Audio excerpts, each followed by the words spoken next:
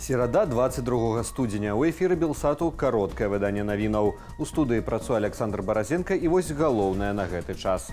Схавацца не ўдасца. Ініцыятыва Белпол заявіла пра атрыманне звестак болей чым 10 тысячаў чальцоў выбарчых камісіяў і фэйкавых назіральнікаў, задзейнічаных у так званых выбарах.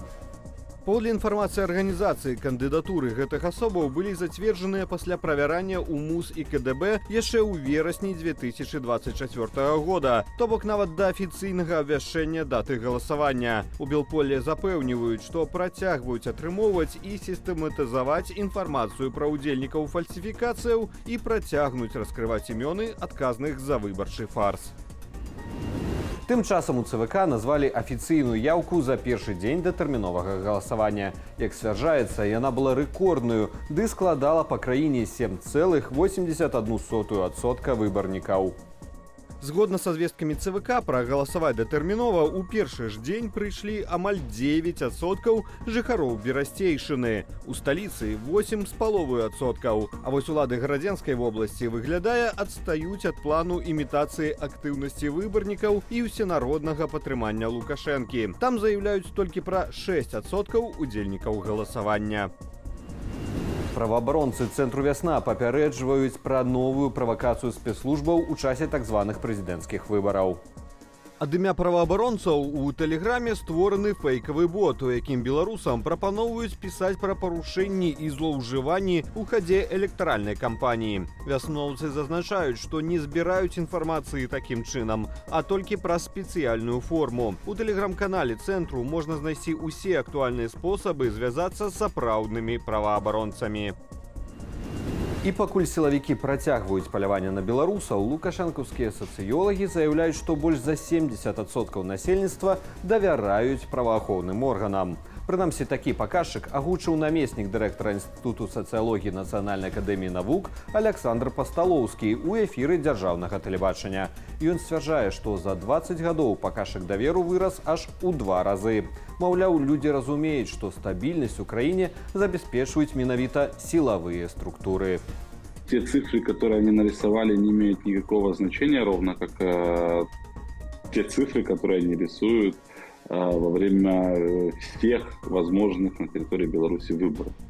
Это может быть 70, это может быть 170, это не имеет никакого значения. Они показали то, что они хотели показать, потому что, естественно, они могли бы нарисовать и 100%, но едва ли люди, которые...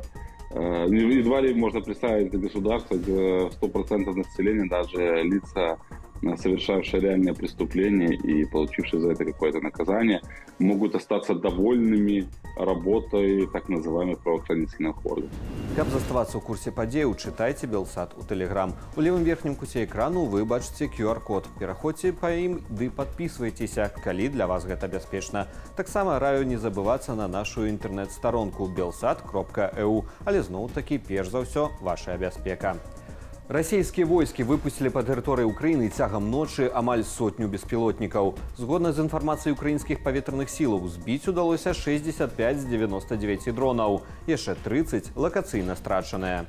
У выніку атакі беспілотнікамі ў Сумскай вобласці пацярпелі 5 чалавек, сярод іх адное дзіця. У самім горадзе адзін з дронаў упаў у жылой забудове. Беспілотнікі былі збітыя таксама ў Кіеўскай, Хмельніцкай, Днепрапятроўскай і Чаркасскай вобласцях. На Мікалаеў кіравалася 7 дронаў. У выніку атакі пацярпелі 2 асобы, пашкоджаныя шматкватэрныя жылыя дамы і аб'екты інфраструктуры.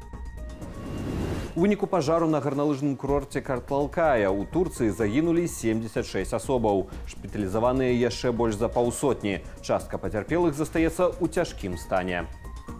У ноч на 21 студзеня агонь хутка ахапіў увесь 11-павярховы будынак гатэлю Карталкая Sky Resort. У момант узгарання там было больш за 200 чалавек. Паводле папярэдніх звестак, пажар узнік у рэстараннай зоне на 4-м паверсе гатэлю і распаўсюдзіўся на верхнія паверхі. Як паведаміў губернатар рэгіёну, у якім адбылася трагедыя, пажарнікі дабіраліся да месца больш за гадзіну. Сярод прычынаў названыя марознае надвор'е і размяшчэнне гатэлю. Прычына пажару ўсё яшчэ невядомая. Прэзідэнт Турцыі выказаў спачуванні сем'ям загінулых.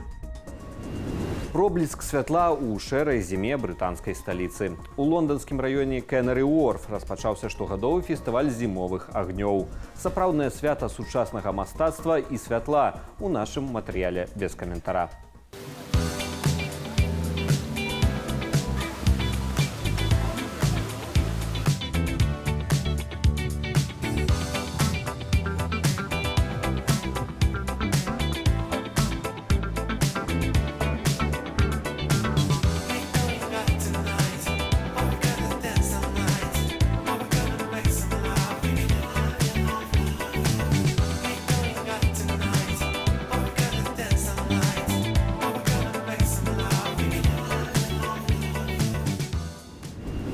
І на гэтым я з вами развітваюся. Больш полная інфармацыйная карціна дня з каментарамі і аналітыкаю чакае вас у вечаровым інфармацыйным эфіры Белсату.